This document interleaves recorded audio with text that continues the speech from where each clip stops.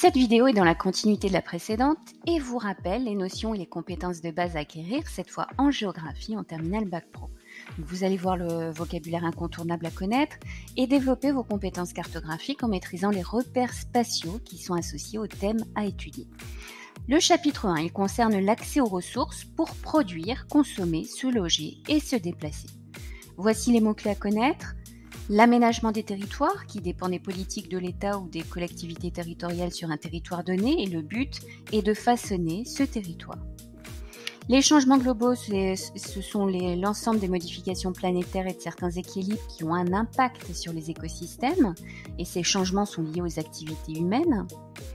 Les collectivités territoriales, ce sont les structures administratives à différentes échelles, les régions, les départements, les communes, et qui prennent en charge les intérêts de la population, comme l'éducation, les transports. La disponibilité, elle fait référence à la quantité de ressources non renouvelables, comme le charbon, le gaz et le pétrole, et à la pression exercée par le nombre d'habitants. La définition des territoires est à connaître aussi. Les conflits d'usage, donc ça désigne les tensions, les rivalités entre les différents usagers d'une même ressource pour pouvoir l'exploiter et la gérer. Et le développement, c'est l'ensemble des transformations qui va améliorer le niveau de vie des habitants. Il se mesure avec un indicateur, l'IDH, indice de développement humain, qui est compris entre 0 et 1. Pour les repères spatiaux, vous devez être capable d'identifier et de situer les 5 pays producteurs et consommateurs d'énergie, qu'elles soient renouvelables ou non. Donc, parmi les pays producteurs d'énergie non renouvelable, nous avons les États-Unis, la Russie, l'Arabie Saoudite, la Chine et l'Inde.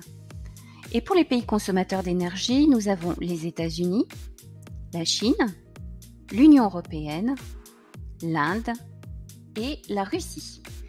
On peut également se demander quelles sont par contre les énergies renouvelables les plus utilisées. Donc ce sont l'hydraulique, le photovoltaïque, la production d'électricité par le solaire et l'éolien. Vous devez également être capable d'évoquer 2 conflits d'usage liés à la ressource en eau. Vous pouvez citer par exemple le conflit qui sévit entre les États-Unis et le Mexique au sujet du Colorado et celui que se disputent l'Égypte, l'Éthiopie, le Soudan et l'Ouganda avec le Nil. Vous pouvez également évoquer le Mékong que se partagent la Chine, le Laos, le Vietnam, la Thaïlande et le Cambodge. Vous devez également connaître 2 États de continents différents confrontés à des problèmes d'insécurité alimentaire. En Afrique, les pays les plus touchés sont la Somalie en premier lieu, mais aussi le Soudan, le Tchad, l'Éthiopie. En Asie, l'Afghanistan est particulièrement exposé et en Amérique, Haïti.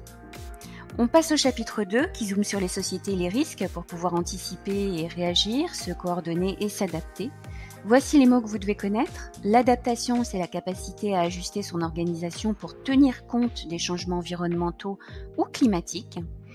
Un aléa, c'est un phénomène qui soit naturel ou technologique plus ou moins probable et potentiellement dangereux. La gestion de crise, c'est l'ensemble des moyens mis en œuvre par une collectivité pour se préparer à une crise, y faire face et en atténuer les conséquences. Le risque, c'est un événement potentiellement dangereux qui menace des zones où il y a des êtres humains, des ressources économiques et environnementales.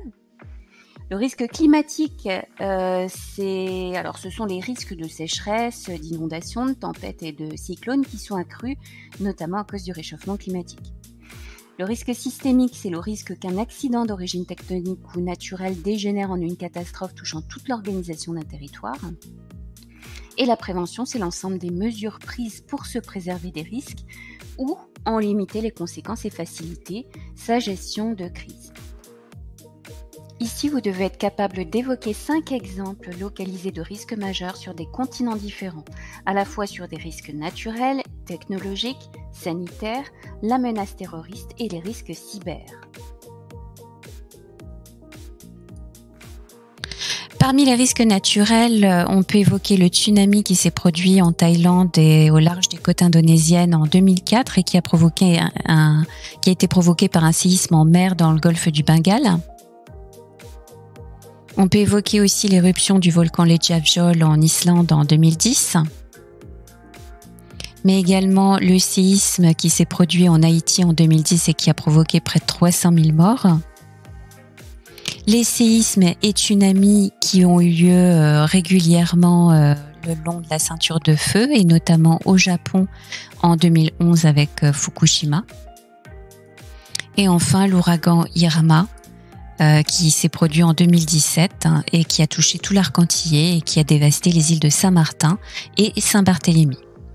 Pour les risques technologiques, on peut évoquer la marée noire du Deepwater Horizon en 2010, la catastrophe de Bhopal en Inde en 1984, où une cuve de produits chimiques a explosé et provoqué la mort de près de 35 000 personnes, l'explosion du port de Beyrouth au Liban en août 2020, la marée rouge de 20 000 tonnes d'hydrocarbures en Russie en 2020, et l'incendie de Lubrizol qui a eu lieu dans le nord de la France et qui est issu de l'explosion de produits chimiques. Pour les risques sanitaires, on ne peut pas passer à côté du Covid-19, pandémie mondiale, qui a fait plus d'1 million de morts. On peut évoquer aussi Ebola en Afrique et la vache folle qui s'est produite au Royaume-Uni et en France dans les années 80. Pour la menace terroriste, on peut évoquer les attentats du 11 septembre 2001, notamment sur les tours jumelles du World Trade Center et du Pentagone, entre autres. Et aussi les attentats qui ont eu lieu en France depuis 2015, notamment au Bataclan, mais aussi à Nice en 2016. Enfin, pour les risques cyber, vous pouvez évoquer le piratage de Twitter en juillet 2020. On arrive à la fin, alors vous devez également être capable de situer 2 littoraux français, métropolitains et ultramarins, qui sont menacés par les effets du changement climatique. Vous pouvez évoquer la Guadeloupe et la Martinique avec la menace de submersion, la destruction par le passage des cyclones et la destruction des récifs coralliens.